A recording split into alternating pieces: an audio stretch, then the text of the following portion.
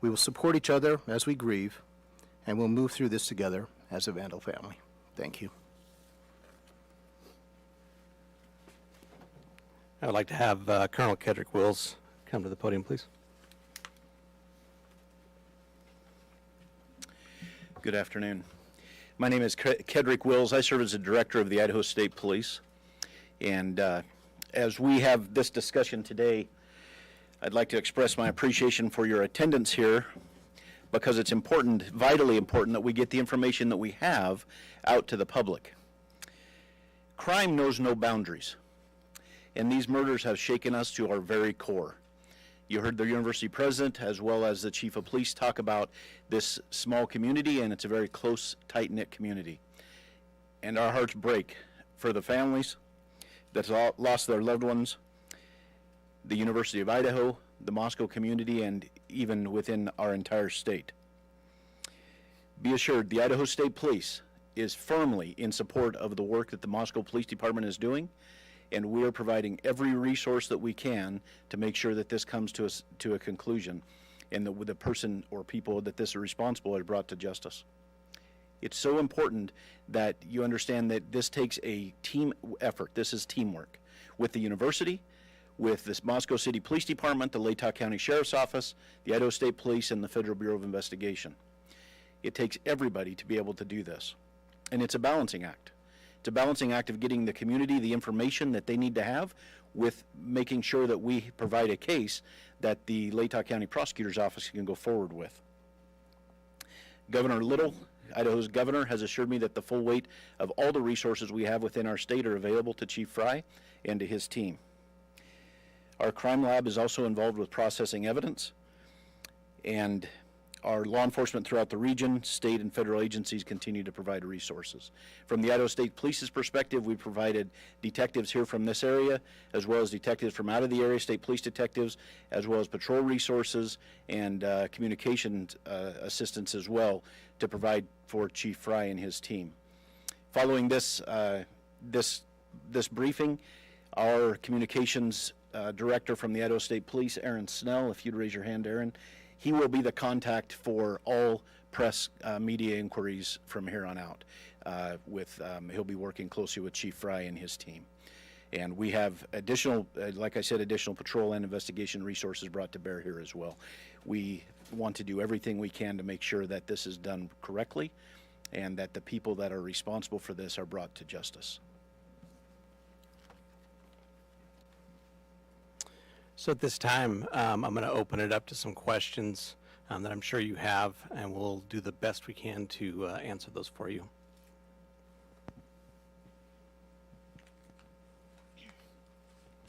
Hello, Chief Ray. Hello. Thank you for having us. I'm Amanda Rowley with Creme 2 News. You mentioned that there's an indication that it's an isolated, targeted incident, and there is an individual somewhere.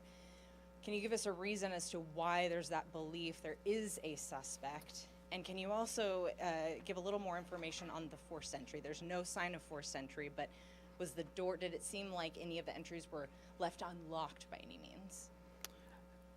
I'll answer the last part there just because it's at the front end of my mind. We're not 100% sure if the door was unlocked, but there was no damage to anything, and the door was still open when we got there. And my first question, Yeah. if you'd like me to read. No, I think I have it. In these cases, we take the totality of the things that we see, and they're very dynamic, right? And they're very big, and there's a lot of information, and we try to take that information, and some of it we can't share with you, correct? But we try to take that information, we try to make the best educated decision we can. We review that as a team with our detectives, along with our prosecutors, along with the university, and we try to make that best decision on that. So we, at that time, believed that there was no a threat, and our goal is to provide safety for this community. That's why we're bringing in the resources we're bringing. We want a close to this, and we want to do everything we can to let the people in our community know that we care. We want them to feel safe. We want them to be safe, and we're going to do everything we can to do that. And if I could add one more question. You asked for videos or anything from the community to help put together that timeline. We obtained a copy of Twitch video, and family members of the Gonsalves family were able to identify Maddie and Kaylee in those videos at a food truck ordering food. Is the police department, our investigators, aware of that video, and has it helped put together that timeline? We are aware of that video, and it has helped. It gives us a time and space where we know that two of our victims were, and that helps us a ton, and we'll continue to follow up all leads that we can and continue to gather those. Any indication of a party at the home that night? And this will be the last one, okay, I understand. Not that we know of, not at the home. We know that the other, let me get the names exactly right here. We know that Zaina and Ethan were at a different party on campus. Thank you. But that timeline will still help us if other people know about that. Thank you. Chief Wright, John Webb with KHQ. On September 12th, there was a vandal alert that was sent out about a potential stabbing threat on Paradise Path. Does this have any connection with what we've seen so far? Not that we know of it, but we're following up every lead. Every piece of information we get, we are following up to ensure that nothing has gone unturned. We want to have the individual identified, who is the suspect of this eventually. So we are literally looking into every aspect of everything. And you guys have said repeatedly that there's no threat to the public, but we don't know who the suspect is. We don't know where he's at. How is there no threat to the public at this point? Well, that's kind of an unknown. Like I said, we took the information that we had at the time, but we do need to be aware. The individual is still out there, right? We need to be vigilant. We need to watch out for our neighbors. We're a community policing community. We've said that for years, and it's a community that watches out for each other. We need to continue to do that until we can close this off and make an arrest. Why has there been such limited information over the past couple days? I mean, we're almost 4 days into this. Why has it been so limited? Yeah, it's a difficult, we have a lot of information coming in, and, you know, we have tried to push out some information through press releases, but the reality is, I probably should have been standing here a day or so ago, but I'm here now. We're going to continue to be here. We're going to continue to give you the information we can. We care about this community. I care about this community. I've worked here for 27 years. I want this community to be the safest community around. So The mayor's called it a crime of passion. Is there any indication that that's true? we're looking into every aspect of this. I'm not going to stipulate whether it's one thing or another. We're going to continue to investigate and evidence will get that. So, One last somebody else? question, if I could, Chief. Have we looked at any boyfriends or any ex-boyfriends, any spouses as a potential suspect? I will tell you, we are looking at everyone. Every tip we get, every lead we get, there's no one that we're not going to talk to. There's no one we're not going to interview. There's no one that we're not going to look into. And we're going to do our due diligence. We're going to make sure that nothing goes unturned and that we do everything we can with the assistance of all the resources we have to get a final answer. Thanks, Chief Wright. So there were, sorry, I'm Emma Epperly with the Spokes Hi. Interview. Hi. So there were other roommates who lived at that residence. Were the roommates home at the time of the attack? There was other people home at that time, but we're not just focusing just on them. We're focusing on everybody that may be coming and going from that residence. So since they were home, was it a hostage situation? No, it was not. And then they didn't call it into police, so were they injured? They were not injured, but like I said, we're still following up with everybody that could have been in that area. And how can you say it's a targeted attack if you don't have a suspect? Like I said, we take the totality of the situation. We try to make the best bit of information we can with everything that comes in, and then we make our decision off of that. So at this time, I'm not going to expand upon that. But like I've said, we do have a suspect out somewhere, and we are looking for that individual to solve this. Hi, Rachel Sun, Northwest Public Broadcasting.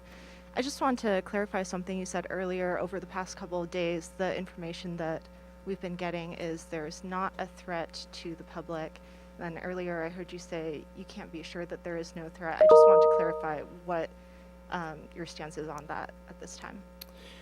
So we still believe it's a targeted attack, but the reality is there's still a person out there who committed 4 horrible crimes. So I think we got to go back to there is a threat out there still, possibly. We don't know. We don't believe it's going to be to anybody else, but we all have to be aware of our surroundings and make sure that we're watching out for each other. Okay, and then one other follow-up. I know you said when the call came in, it was for an unconscious person, and also that was a stabbing. It seems, just from an outside perspective looking in, like that would be not the first thing a person calling in would think. You're right. But the report that we got was that it was an unconscious individual. It wasn't until our officers arrived on scene, went in to do caregiving check on the individual who was unconscious, that we found the scene that we found. Okay, thank you. Yeah. Hi, Heather Roberts with ABC News. Just to follow up on what she asked, so the other 2 roommates were there at the time of the attack? All the information that we have from our investigation is that yes, they were. Okay, but they were unhurt. That is correct. So is there any explanation as to why it took so long then for someone to call 911? You have surviving witnesses to an incident at 3 or 4 in the morning, and the 911 call didn't come until noon? I don't think I ever said that they were witnesses. I said they were there. So, we don't know why that call came in at noon and not in the middle of the night. Would have we loved for that to have happened? Yes, but that's not how it took place. So that's why we're investigating everything still, to try to pull all the pieces together. Were they one of the people, were they the 911 caller? At this point in time, I'm not going to divulge who our 911 caller is, just because I want to keep the integrity of the investigation at this point, okay? Okay. And last question, are you able to tell whether the same weapon was used on all 4 victims?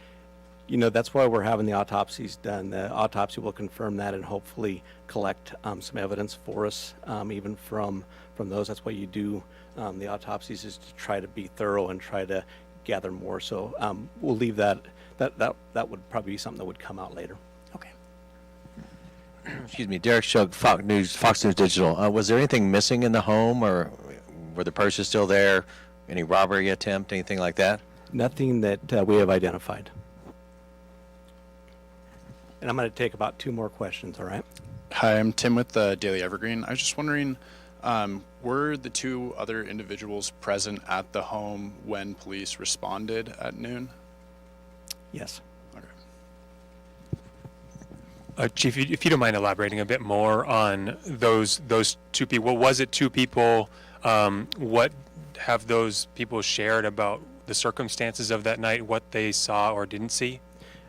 Well, I'm not going to go into what they shared that night. Obviously, that's part of our investigation. That's part of the information that we're trying to build our complete story with. So as far as that goes, we're not going to go any further into what they know and what they don't know. How many were there? We believe 2. Chief, have you looked into the social media accounts of all the different victims, and do you? We understand that one may have had an account linked to her Instagram account.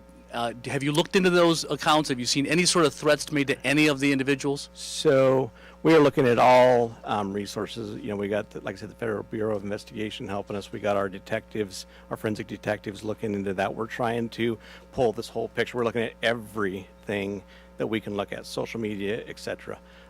So to answer your question, yes, we are. Were the victims all found in one part of the house? I'm not going to divulge that either. That's part of our investigation. And at this time, I'm going to go ahead and close this off. But if you have any questions for the university, we'll open that up at this point in time.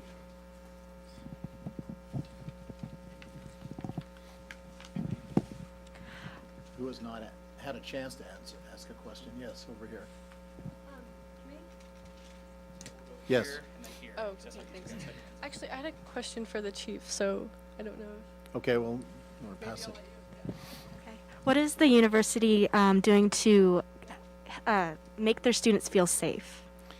Yeah, great question. At this time, I think I'll turn this over to Blaine, who's been dealing directly with our students and dealing with those that truly still feel unsafe despite some of the assurances and things that we're doing. Blaine?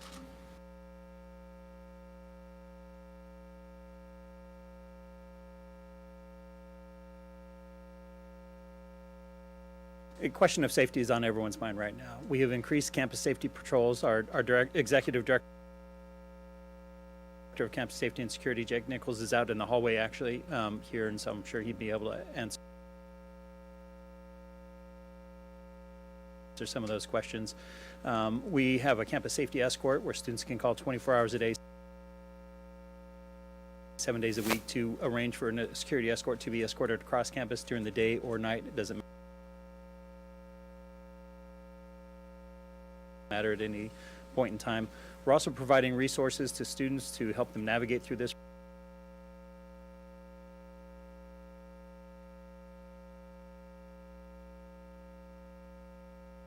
From an emotional standpoint, we've had drop-in counseling that has been utilized both in our counseling center as well as